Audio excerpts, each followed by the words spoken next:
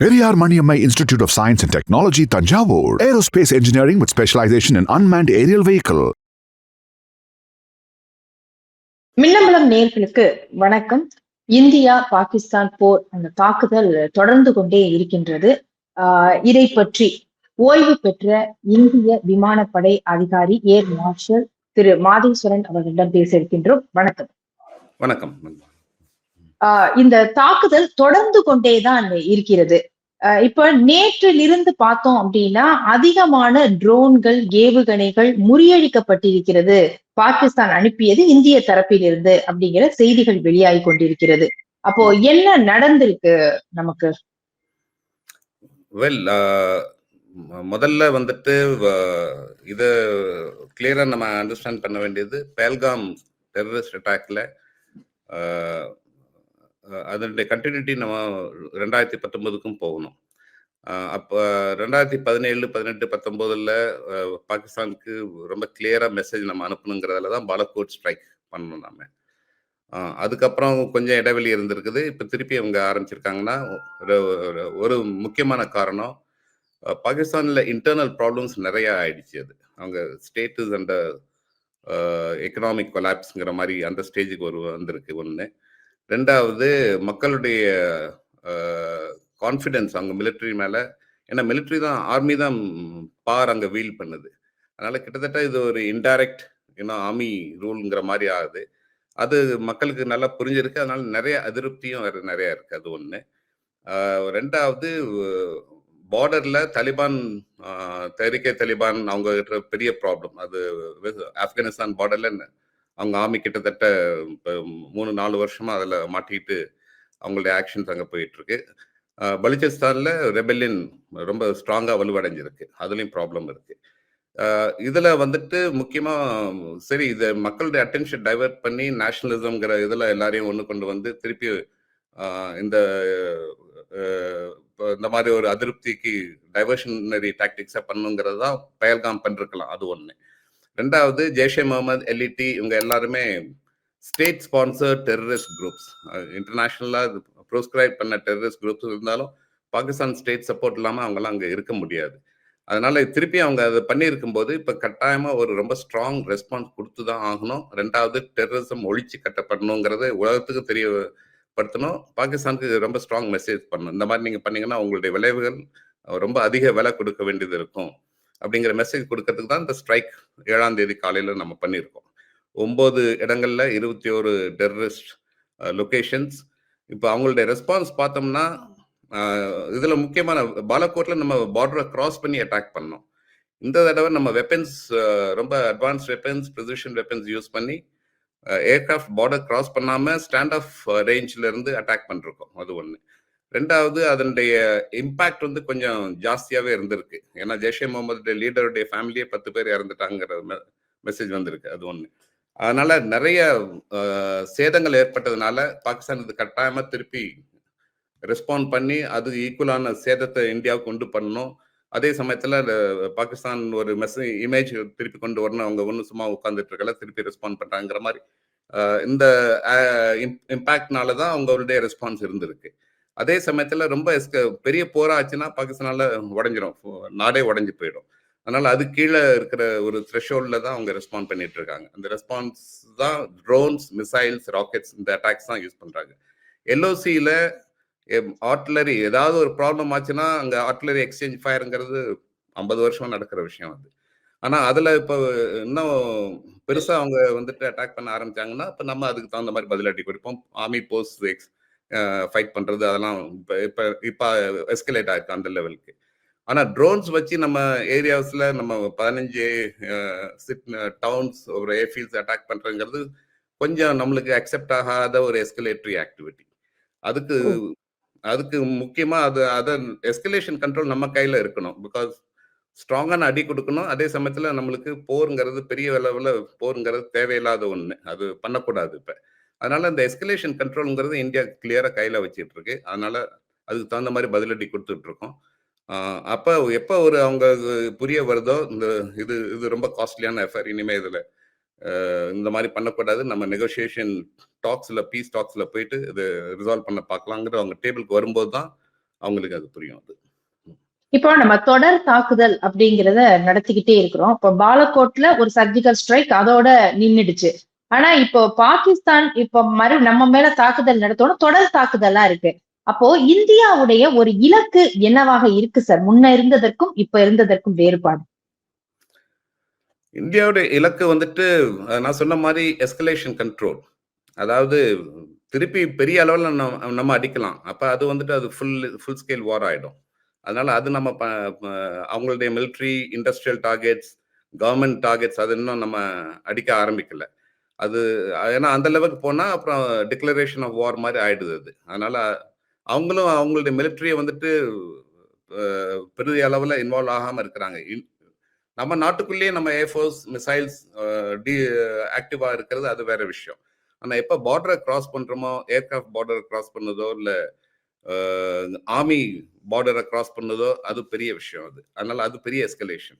அந்த எஸ்கலேஷனை வந்துட்டு அவாய்ட் பண்ணிட்டு இருக்கோம் இது வரைக்கும். ஏன்னா நமக்கு இருக்கிற ஆன்டி ட்ரோன் சிஸ்டம்ஸ் ஆகட்டும் இல்லை air defence missiles, air defence நல்லா ஸ்ட்ராங்காக இருக்குது. நம்ம இதில் S-400 ஆக்டிவேட் பண்ணிட்டோம். அதனால இதை வச்சுட்டே நம்ம வந்துட்டு அவங்கள ஒரு கடுமையான சேதத்தை உண்டு பண்ண முடியுது. இப்போ இருக்கிற ரிப்போர்ட் படி ஒரு F-16 ஷூட் டவுன் பண்ணியாச்சு, 2 JF-17 ஷூட் டவுன் பண்ணியாச்சு. அப்போ அது பெரிய சேதம். அவங்களுடைய பார்டருக்குள்ளே தான் அவங்க ஆப்ரேட் பண்ணிருக்காங்க. ஆனால் அங்கேருந்து அவங்க ஏதாவது வெப்பன்ஸ் லான்ச் பண்ணிருக்கலாம். அது தெரிய வந்துட்டு உடனே S-400 வச்சு ஷூட் பண்ணியிருக்கலாம். அதனால இந்த லெவலில் தான் நம்ம மெயின்டைன் பண்ணிட்டு இருக்கோம். இப்போ அப்பர் ஹேண்ட் நம்ம கையில் இருக்கு. அதனால இதை விட ஜாஸ்தி எஸ்கலேட் பண்ண வேண்டிய அவசியம் கிடையாதுங்கிறது கரெக்டான விஷயம். இப்ப அவங்க அந்த விமானப்படை தாக்குதல், அந்த ஏவுகணை தாக்குதல்ல தான் இன்னமும் இருக்காங்களா? அதுதான் தொடர்ந்து கொண்டே இருக்குதா? அதை தாண்டி வேற விதமான தாக்குதலையும் ஆரம்பிச்சிருக்காங்களா?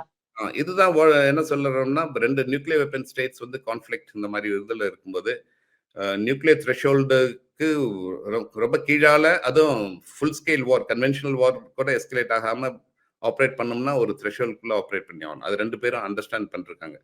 பாகிஸ்தானுக்கு நல்லாவே தெரியும் அது. அதனால அவங்க இதுக்கு மேல அவங்க இது பண்றது, எஸ்கலேட் பண்றது அவங்களுக்கு ரொம்ப டேஞ்சரஸ். அதனால அவங்க இந்த லெவல்ல தான் இருப்பாங்க. இந்த ராக்கெட்ஸ், இந்த மிசைல்ஸ், இந்த ட்ரோன் இந்த லெவல்ல. எப்போ அவங்க இதுலயே ரொம்ப டேமேஜ் ஜாஸ்தியாகுதோ அப்போ அவங்க நிறுத்திடுவாங்க. ஜெய்ஷே முகமது டெரரிஸ்ட் அவங்க எல்லாம் இன்ஃபில்ட்ரேட் பண்ண பாக்குறாங்க. அது லேட்டஸ்ட் நியூஸ் படி BSF நிறைய பேரை பிடிச்சி கொண்டு இருக்கு இப்போ ஆக்சுவலா. அதனால இந்த மாதிரி ஆக்டிவிட்டீஸ்ல தான் அவங்களால லிமிட் பண்ணி ஆக்ட் பண்ண முடியும். இதுக்கு மேல அவங்களால எஸ்கலேட் பண்ண முடியும். இப்ப வாட் நெக்ஸ்ட் அப்படின்னா என்னவாக இருக்கும் சார்? வாட் நெக்ஸ்ட்னா இப்போ இன்ஃபர்மேஷன் வார்ஃபேர் இப்போ இருக்கிற காலத்துல பெரிய ஒரு இம்பார்ட்டன்ட் ஃபாக் ஆஃப் வார்னு சொல்லுவோம் கிளாஸ்விட்ஸ் இதுல. அந்த ஃபாக் ஆஃப் வார்ல propaganda narrative, false narratives, common people perception, அவங்களுக்குள்ள மனசுல பீதி, ஒரு அலாம் உண்டு பண்றதுங்கிறது தான் அதனுடைய நோக்கம். அதனால இப்ப பாத்தீங்கன்னா நிறைய ஒரு ஃபால்ஸ் நியூஸ் வந்துட்டு இருக்கு. இது நடந்துச்சு, இங்க பாம்பு பண்ணிட்டாங்க, இந்த ஏர்கிராஃப்ட் ஷூட் டவுன் பண்ணிட்டாங்கிறது 99.9% எல்லாமே ஒரு ஃபால்ஸ் நேரட்டிவ். அதனால இன்டர்நேஷனலா இதுவும் ஒரு பெர்செப்ஷன் மேனேஜ்மெண்ட்டுக்காக பண்றது. ஆனா இது இப்ப உலகத்துல இந்த யுக்ரைன் வார் 3 வருஷமா நடக்கு, காசா ஒரு 1.5 வருஷமா நடந்துட்டு இருக்கு. இந்த அளவுல இந்த ஃபால்ஸ் நேரட்டிவ்ங்கிறது எல்லாருக்குமே புரிஞ்சிருச்சு நிறைய, at least at the official levels. ஆனா அதனால இன்டர்நேஷனல் லெவல்ல இந்தியா அது எஃபெக்டிவா ஹேண்டில் பண்ணி பாகிஸ்தான் மேல இன்டர்நேஷனல் ப்ரெஷர் வந்தாலொழிய அவங்க வந்துட்டு இதை ஈஸியா நிறுத்துறது கொஞ்சம் கஷ்டம். அதனால டபுள் ஆங்கிள் நம்ம வேலை பண்ணணும். ஒன்று இப்போ மிலிட்ரி எப்படி ஹேண்டில் பண்ணுது அது ஒரு முக்கியமான விஷயம், அது நல்லா பண்ணிட்டு இருக்காங்க. அதே சமயத்தில் இன்டர்நேஷனல் லெவல்ல ரொம்ப சீரியஸான ஃபைனான்சியல் கிரைசிஸ் பாகிஸ்தானுக்கு உண்டு பண்ணணும், அதுதான் பண்ணிட்டு இருக்கோம். FATF கூட்டணும்னு ஒரு டிமாண்ட் கொடுத்துருக்கோம். IMF லோன்ஸ் ஸ்டாப் பண்ண பார்த்துட்டு நம்ம ஆக்ஷன் எடுத்தாச்சு. இதெல்லாம் வந்ததுன்னா பாகிஸ்தான் வந்துட்டு உடனே நிறுத்த வேண்டிய தவிர வேற வழி கிடையாது அவங்களுக்கு. இப்ப பாகிஸ்தானுக்கு துருக்கி ட்ரோன் எல்லாம் கொடுத்திருக்கிறாங்க அப்படிங்கிற ஒரு தகவல் வருது, அதெல்லாம் உண்மையா சார்? அடுத்தடுத்த நாடுகள் உதவ ஆரம்பிக்குதா? இப்ப உதவி இருக்கும், முன்னாடியே வாங்கி வச்சிருப்பாங்க. இப்ப வந்துட்டு கான்ஃபிளிக்ட் நடக்கும்போது அவங்க உதவ ஆரம்பிச்சாங்கன்னா அது இந்தியாவுக்கு எகென்ஸ்டா ரொம்ப சீரியஸா இருக்கும். துருக்கிக்கும் அவங்க பாகிஸ்தான் சப்போர்ட் பண்றாங்க வெளிப்படையா தெரிஞ்ச விஷயம் தான். ஆனாலும் அது மற்ற நாடுகளோடையும் இந்தியா ஒரு பெரிய எக்கானமி, அதனால நம்ம ட்ரேட் ரிலேஷன்ஸ், மற்ற ரிலேஷன்ஸ்லாம் அவங்க டேமேஜ் பண்ண விரும்ப மாட்டாங்க. அதனால இந்த சமயத்துல சப்ளை பண்றங்கிறது ரொம்ப கம்மியாவே இருக்கும். சைனா கிட்ட இருந்து கட்டாயமா வரலாம், அதுல டவுட் இல்லை. ஆனா மற்ற நாடுகள்லாம் கொஞ்சம் கேர்ஃபுல்லா தான் பார்ப்பாங்க. இப்ப இந்திய விமானப்படையுடைய ஸ்ட்ரென்த் அப்படிங்கிறது என்னவா இருக்கு சார்? எத்தனை நாள் நம்மளாலையும் போராடிட முடியும்? இது லோ இன்டென்சிட்டி கான்ஃப்ளிக்ட்ங்கிற லெவல்ல தான் போயிட்டு இருக்கு. அதனால இது ரொம்ப நாள் இதுவுமே ரொம்ப நாள் இப்படி பண்ணிட்டு இருந்தோம்னா ரெண்டு நாடும் ரொம்ப கஷ்டங்கள் உண்டாகும். அது தேவையில்லை. ஏன்னா பார்டர் ஏரியாவில் நம்ம பார்டர் வில்லேஜஸ், பார்டர் டவுன்ஸ் அவங்க எல்லாம் அவங்களுடைய நார்மல் லைஃபே ஸ்தம்பித்து போயிடும் இந்த மாதிரி விஷயங்கள்ல. இதெல்லாம் வந்துட்டு ரொம்ப நாள் இழுத்துக்கிட்டு இருக்க முடியாது. அதனால ஒரு முடிவுக்கு கொண்டு வந்து ஆகணும். ஆனா அதே சமயத்துல இது வந்துட்டு இப்போ இந்தியன் ஏர்ஃபோர்ஸ், இந்தியன் ஆர்மி என்ன கேப்பபிலிட்டின்னு பார்த்தோம்னா நம்மளுடைய கேப்பபிலிட்டி ஃபுல் ஸ்கேல் வார் ஹேண்டில் பண்றது. இது ஆர்மி நேவியை பொறுத்த வரைக்கும் இது ஒரு ஆர்மி ஏர்ஃபோர்ஸ் நேவியை பொறுத்த வரைக்கும் இது ஒரு லோ இன்டென்சிட்டி கான்ஃப்ளிக்ட். அதை ஹேண்டில் பண்ண முடியும். நிறைவாக ட்ரோன் இந்த யுத்தம் தான் இனிமே நடக்கும் அப்படிங்கிற மாதிரியான ஒரு பார்வை இருக்கே சார், அந்த மாதிரி இருக்குதா? அதை தாக்குறதும் ரொம்ப கஷ்டம், நம்ம கிட்ட இருக்கிற மிசைல ட்ரோனை தாக்குறது ரொம்ப கஷ்டமாக இருக்கும் அப்படிங்கிறாங்க. அது சரியில்லை. இப்ப நமக்கு கிளியரா இப்ப ட்ரோன்ஸை ஷூட் அவுட் பண்றோம் நிறையா. ஆனா ட்ரோன்ஸ் தான் முக்கியமா சின்ன நாடுகளுக்கு, வீக்கான நாடுகளுக்கு ஸ்ட்ராங் பவரோட மோதும் போது ட்ரோன் ஒரு ரொம்ப யூஸ்ஃபுல்லான ஆயுதம். ஆனா ட்ரோன்ல நிறைய டெவலப்மெண்ட்ஸ் இருக்கு. அந்த டெவலப்மெண்ட், அட்வான்ஸ் டெவலப்மெண்ட் போகும்போது அதுக்கு தகுந்த மாதிரி கவுண்டரும் வந்துட்டு இருக்கு. இப்ப இருக்கிற ஸ்டேஜ்ல இந்தியா கிட்ட counter drone, counter US strategy weapons இருக்கு. அந்த வெப்பன்ஸை எஃபெக்டிவா யூஸ் பண்ணிட்டு இருக்காங்க. மிசைல்ஸ் இப்போ S-400 எடுத்துட்டிங்கன்னா long range air defence missile அது. ஆனாலும் அந்த ட்ரோன்ஸையும் அட்டாக் பண்ணி நாக் அவுட் பண்ண முடியும்.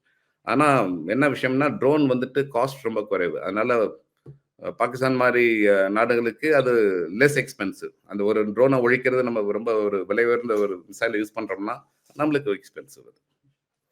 இல்ல அந்த மாதிரியான டாக்டிக்ஸ் அவங்க தொடர்ந்து பயன்படுத்திக்கிட்டே இருப்பாங்களா பாகிஸ்தான்?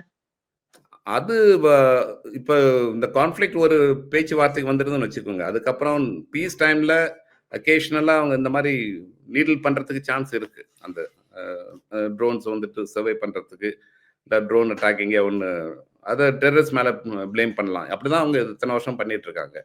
அதனால அந்த இதெல்லாம் இனி எத்தனை வருஷம், 50 வருஷமா இதே சொல்லிட்டு இருக்க, இது ஒன்றும் நடக்காத விஷயம். அதனால as a ஸ்டேட் இதெல்லாம் கண்ட்ரோல் பண்ணுங்க, டெரரிஸ்ட்டை ஒழிச்சு கட்டுங்க அப்படிங்கிற மெசேஜ் தான் நம்ம கொடுத்துட்டு இருக்கோம். அதை அவங்க இம்ப்ளிமெண்ட் பண்ணணும். அந்த மாதிரி ஒரு பேச்சுவார்த்தை அந்த லெவல்ல நம்ம டீல் பண்ணோம்னா அப்புறம் நடக்கிறது, அவங்க அதை யூஸ் பண்றது கொஞ்சம் வாய்ப்பு குறைவு. அது வரைக்கும் அவங்க தாக்கு பிடிக்கிறதுக்கு வாய்ப்புகள் இருக்கு. அப்ப அது வரைக்கும் நமக்கு தாக்குதல்ங்கிறது ரெண்டு பக்கமுமே நடந்துகிட்டு தான் இருக்கும். இந்த மாதிரி ஒரு எப்போ ஒரு பேச்சுவார்த்தைக்கு சரி நம்ம இதை வந்துட்டு நம்மளுக்கு ஒரு வேஸ்ட் ஆஃப் டைம், நம்ம பேசணும், இந்த என்ன ப்ராப்ளம்ங்கிறத நம்ம ரிசால்வ் பண்ணணும். ரெண்டு கவர்மெண்ட் லீடர்ஸும் எப்போ அந்த ஒரு முடிவுக்கு வர்றாங்களோ அப்போ அவங்க தான் நிறுத்துவாங்க, உடனே அதை நிறுத்திடுவாங்க. ஓகே சார், நிறைவாக ஒண்ணு என்னன்னா, டெக்னாலஜி வைஸ் நம்ம எவ்வளவு தூரம் வந்து முன்ன இருந்ததுக்கும் இப்ப இருக்கிறதுக்கும் டெக்னாலஜி வைஸ் எவ்வளவு முன்னேறி இருக்கும் சார்? நம்ம கிட்ட இருக்கக்கூடிய அந்த ஏர்ஃபோர்ஸ் கிட்ட இருக்கக்கூடிய ஸ்ட்ரென்த், அதுல இருக்கக்கூடிய ஆயுதங்கள் குறிப்பா என்ன நம்ம பயன்படுத்துறோம்? நிறைய டெவலப் ஆயிருக்கு. இப்ப இருக்கிற வெப்பன்ஸ்ல யூஸ் பண்ணது ரெஃபால்ல இருக்கிற ஸ்கால்ப், ஹேமர், அந்த வெப்பன்ஸ்லாம் யூஸ் பண்ணிருக்கோம். ப்ரிசிஷன் வெப்பன்ஸ்ல டெக்னாலஜி நிறையவே ஆயிருக்கு. அதே மாதிரி சிச்சுவேஷன் அவேர்னஸ்ங்கிறது ஒரு ரொம்ப மிலிட்ரியில் இம்பார்ட்டன்ட் டெவலப்மெண்ட். அதுக்கான தேவையான சர்வேலன்ஸ், ஐஎஸ்ஆர் கேப்பபிலிட்டிஸ்லாம் ரொம்ப ஸ்ட்ராங்காக இருக்குது நம்மகிட்ட. அதே சமயத்தில் ட்ரோன்ஸ்லையும் இப்போ பெருசாக வளர்ந்துருக்கு. இந்தியன் கம்பெனிஸே ட்ரோன்ஸ், அப்புறம் ட்ரோன் கவுண்டர் ட்ரோன் வெப்பன்ஸ் அதெல்லாம் நல்லா டெவலப் பண்ணிருக்கு. அதனால நிறைய 2019க்கும் இன்னைக்கும் நிறைய டெவலப்மெண்ட், நிறைய சேஞ்ச் இருக்கு. அதே சமயத்தில் இன்ஃபர்மேஷன் வார்ஃபேர், சைபர் செக்யூரிட்டி, இதுலேயும் நிறைய நம்ம டெவலப் ஆகிருக்கோம். அதனால கேப்பபிலிட்டி வைஸ் இந்த 6 வருஷத்துல நிறையவே சேஞ்ச் ஆயிருக்கு. நன்றி சார், நிறைய விஷயங்களை பகிர்ந்திருக்கிறீங்க. பொறுத்திருந்து பார்ப்போம். அடுத்த கட்டமா இரு நாட்டு தலைவர்களும் பேசி ஏதாவது முடிவு வருதா இதுல அப்படிங்கறத நம்ம பொறுத்திருந்து பார்க்கலாம். நன்றி உங்களுடைய தகவல்களுக்கு. Thank you. Periyar Maniammai Institute of Science and Technology, Tanjavur. Aerospace engineering with specialization in unmanned aerial vehicle. மின்னம்பலம்.com, தமிழின் முதல் மொபைல் பத்திரிகை.